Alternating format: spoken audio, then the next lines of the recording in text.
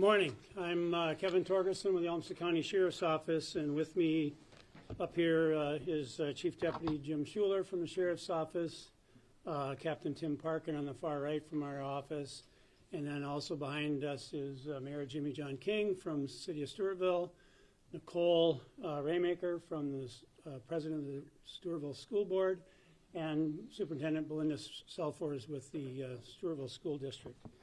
I've got a brief statement that I'm going to read, and then Superintendent Selfors has a statement to be read, and then we'll have a time for some questions, whatever we can. Obviously, as you know, and it seems like a thing that is just a common statement, but I do have to make a statement in that sense that we are heavily involved in a very ongoing incident, and there's not a lot of questions that you can answer or add to any additional comments beyond what we're going to say here. So please honor and respect that, and we'll move forward. So at approximately 5 a.m. this morning, our dispatch received a call that a person had been shot in the parking lot of the Stewartville High School located at 440 6th Avenue Southwest in the city of Stewartville.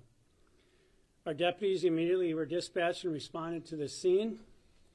Deputies learned as they arrived that 2 people had been shot in the parking lot.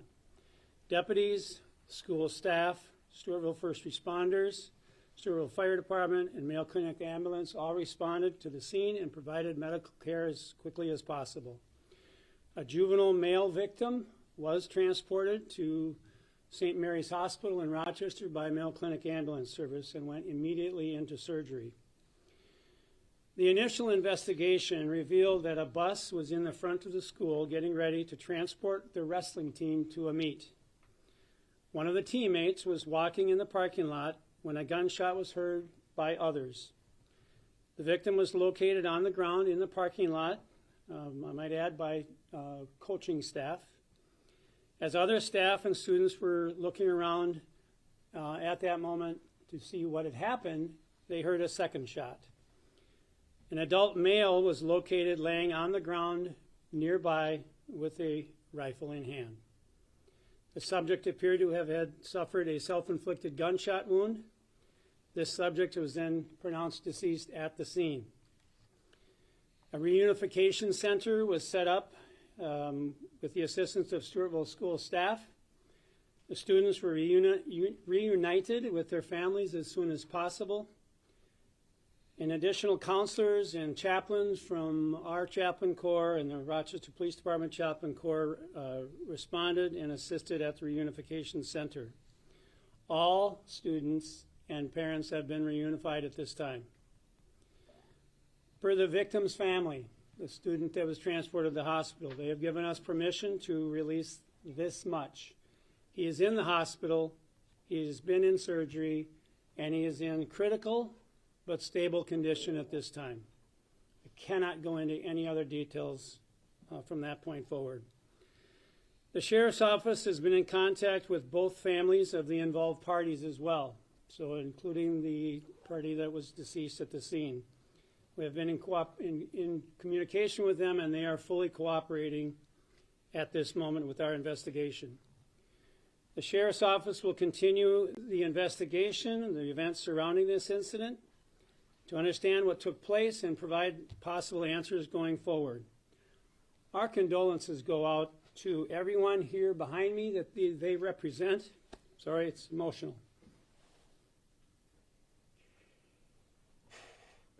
This incident has impacted far more than just the families involved, obviously, but we do care so much about them and how we move forward with them from this point forward. We ask everyone here and everyone out there watching to honor and respect their privacy and support them, because this will be a difficult time moving forward. Clearly, the impact and the space and giving them their space and the process to be with their family and friends is critical at this point in time. So at this point, I'm going to turn it over to Superintendent Selfors, and then we'll be back for questions.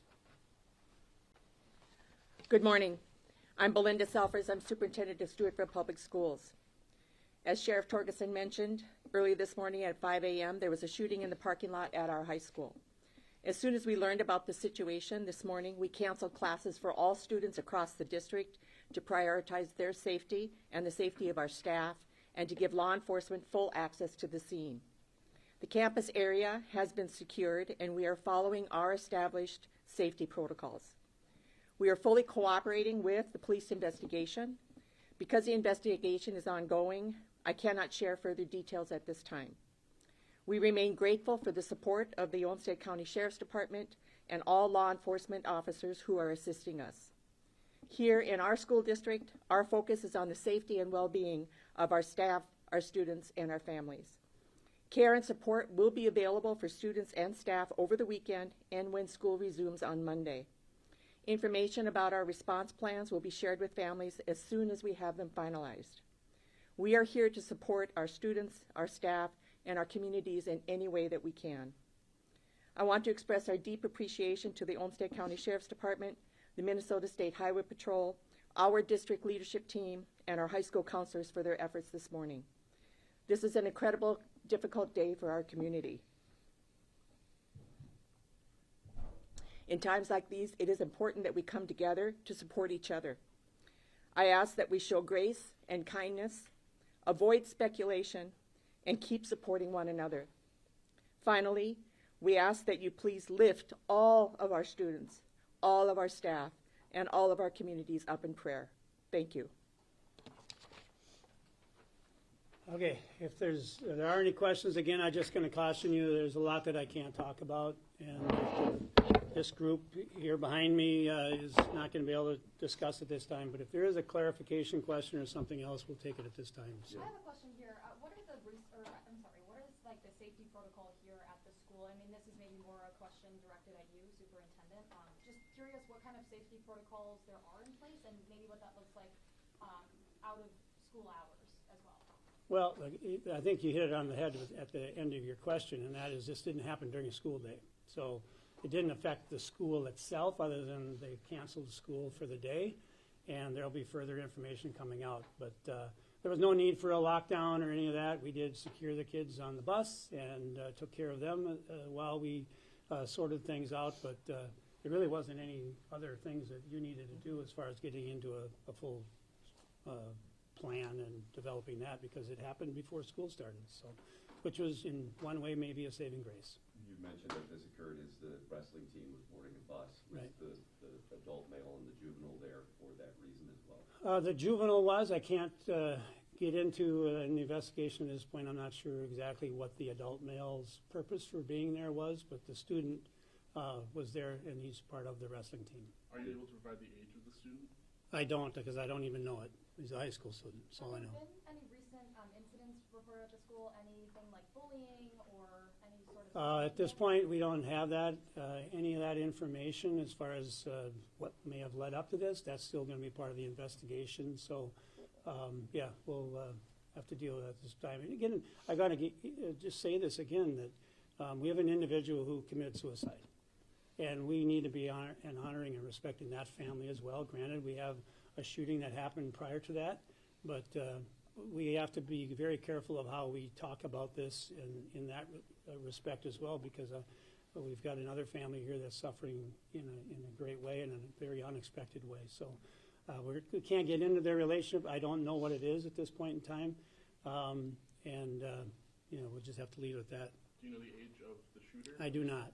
He's an adult. That's all I know.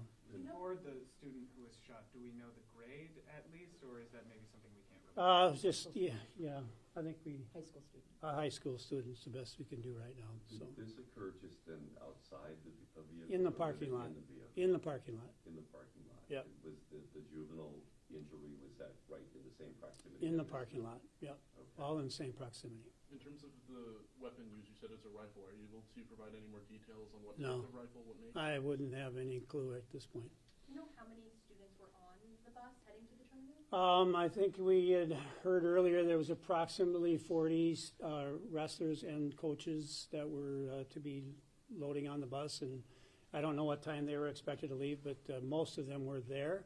I will add this too, that we do know that most of the students on the bus didn't even know what happened. The coaches that responded to the initial victim, the the student victim.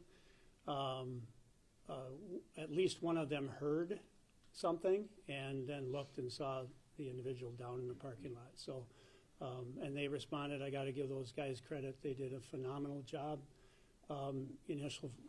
Clearly not expecting to do that, to render aid in that manner, but they did a phenomenal job. And then our deputies got on scene and did what they could, along with our fire department, first responders, and mail ambulance. I mean, you just can't give those first responders enough credit. But those coaches did a phenomenal job right from the get-go to help the juvenile victim.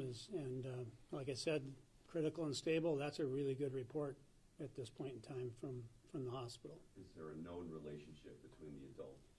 and That the I don't juvenile know. victim? We're trying to sort that out with the investigation. I don't honestly know at this point in But time. it didn't appear to be a random target. It doesn't initially, but again, I don't have the full report from the investigators. We just finished interviewing the team and coaches and everyone, so there's still a lot left to be done to investigate that. So Are you able to say where the victim was shot, like where on the I body? can't. I don't even know. You Not sure. mentioned you just finished interviewing all of the team members and the coaches. Have they all been allowed to go home at this point? They've all been reunified with their families, and some are staying together at our reunification center, but most of them, as I understand it, have already gone home. And as Superintendent mentioned in her comments, that they'll continue the support throughout the weekend and then obviously into the next week. Because again, it doesn't just affect that core group that was there; it affects the entire school district, our entire community. So. These kind of things are very far-reaching when it comes to that, obviously. So there will be support available as long as that support is needed. That's how we do things. Can you explain how complicated a surgical procedure for something like this would be? I have no idea. I'm not a. And you don't know where this victim was shot? I do not know. I do not know. Or how many times? I don't know. Can't tell you. You mentioned some of the people heard the shots. Did anybody witness? No. Not my understanding. Anybody saw it. They just heard something, looked out, and then saw a student down, and immediately responded and started whatever medical care they had. I mean, these guys didn't have a clue. I mean, they could have thought he slipped on the ice or something. They had no idea what they were responding to. Obviously, it's not in their wheelhouse to prepare for something like that either. Is the alleged shooter from the Stewartville area? Or I can't comment on that at this time. Can you talk about how rare something like this is in this town of Stewartville? Very rare. It never happens. You know, we just don't have that kind of thing here. Right, so how does that affect kind of how you Well, guys are- I mean, we prepare for it, obviously, and there's critical incident plans. I mean, I shouldn't say it never happens. Yeah, we've had some moments. Obviously, every community has its moments, but it's not a common occurrence, I guess, if that's your question. No, this is not very uncommon for any of our communities here in Olmsted County, and so it is a unique piece. And as far as our preparation for it, yeah, we prepare all the time. I mean, our public safety guys, we all know each other, and we all know these folks, and so we all know that we all have a plan and we all have a place, and if and when something terrible happens like this tragedy, we all know where we need to be and what we need to do and how we need to support each other. So close-knit communities do that stuff. Is the adult who shot himself a coach or a teacher or an employee with the school? I don't know what the connection is at this point in time. Thank you. Yep. You mentioned there's a lot we still don't know, a lot we're still trying to figure out. Is there anything else we can say at this time about what's next for the investigation? Well, yeah, it's a lot of sorting through all the interviews, looking at cameras, phones. I mean, there's all kinds of things that we commonly do in any kind of investigation, whether it's an incident like this or something else, if it's a theft or a burglary or whatever. So, yeah, our investigators will be full speed ahead. We have had some communication with the BCA, the Minnesota Bureau of Criminal Apprehension. They are not on their way, but we have had communication with those folks and shared what they can share and whatnot. So, but our guys are leading that investigation and will continue. So, all the basic investigative things that need to happen will continue to happen. And if there is some more information in regards to the case, we'll certainly let you all know. I think from this point forward, our greater concern, besides our investigation, is taking care and supporting the school district in the city of Stewartville and Racine, school district and the communities here, because obviously there's a lot more to come down the road. It's just dealing with this and healing. That's really the bottom line. We need to heal and move on and take care of the people that have been directly affected. So, what can people do to support the families involved? Just be there for them. They'll obviously reach out. Clearly, in any of these situations where people are affected in such a horrific way, sometimes they don't know what kind of help they need. Like I said, we had our chaplaincy group. I know there was some other pastoral folks here from the community that were here already. School counselors were deployed immediately to the school and to be with the team. So I feel really comfortable and confident in saying that the school district has done a phenomenal job in supporting the students and the coaches. They know who they can reach out to.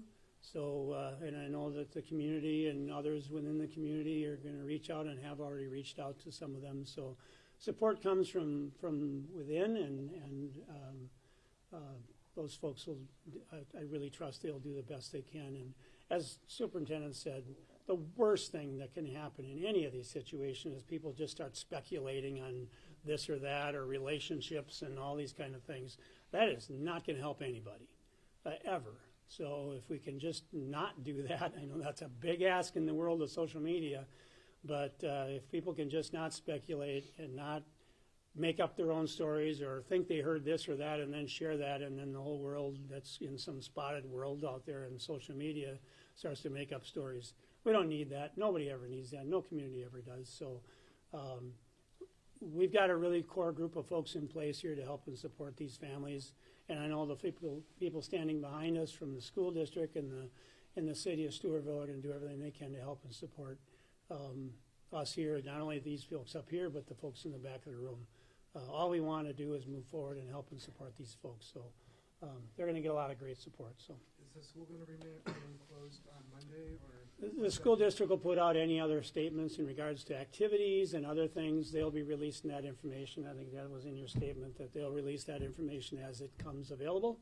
There's a lot of other things that need to go on. Obviously, there's no school today, and we are on a weekend, so there may be a little bit of a blessing in that too. But we also know that, from my experience being around the schools for quite a number of years, quite some time ago, it's also good to have the kids together, and they can support each other too. So we're not preventing that from happening, but as we said, Monday there will be resources available, and they'll go on from there. So any further comments will come from the school district on how they handle the school and what's going to be available and what's not available, and so on and so forth. So. At this time, are you aware of any sort of note that the suspect may have left behind? Don't know anything that led up to this at all at this point. We're just still working through that as far as the investigation goes. I know it'd be nice to have some more answers, but I can't give them to you.